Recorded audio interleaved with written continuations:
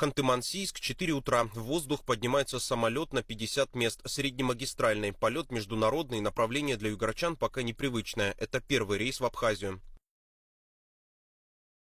На борту 15 человек. Об этом маршруте пока в Югре знают немногие. 7 часов и привычные югорскому глазу озера сменяются горами Кавказа. Абхазы такому визиту, очевидно, рады. Лайнер торжественно приветствует водным салютом. Кроме доброй авиационной традиции, пассажиры знакомятся с традицией народной. Гостей встречают местной кухней и национальными песнями.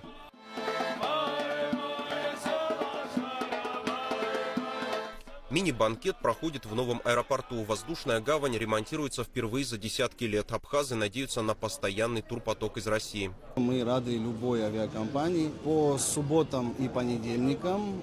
И, я так понимаю, уж точно в курортный сезон будут осуществляться рейсы. Дальше уже в зависимости от спроса. На спрос надеются и в Югре. В окружном законодательстве проработали поправки, чтобы компенсировать из бюджета международный рейс. Поэтому стоимость билета от 18 тысяч. Маршрут без пересадок.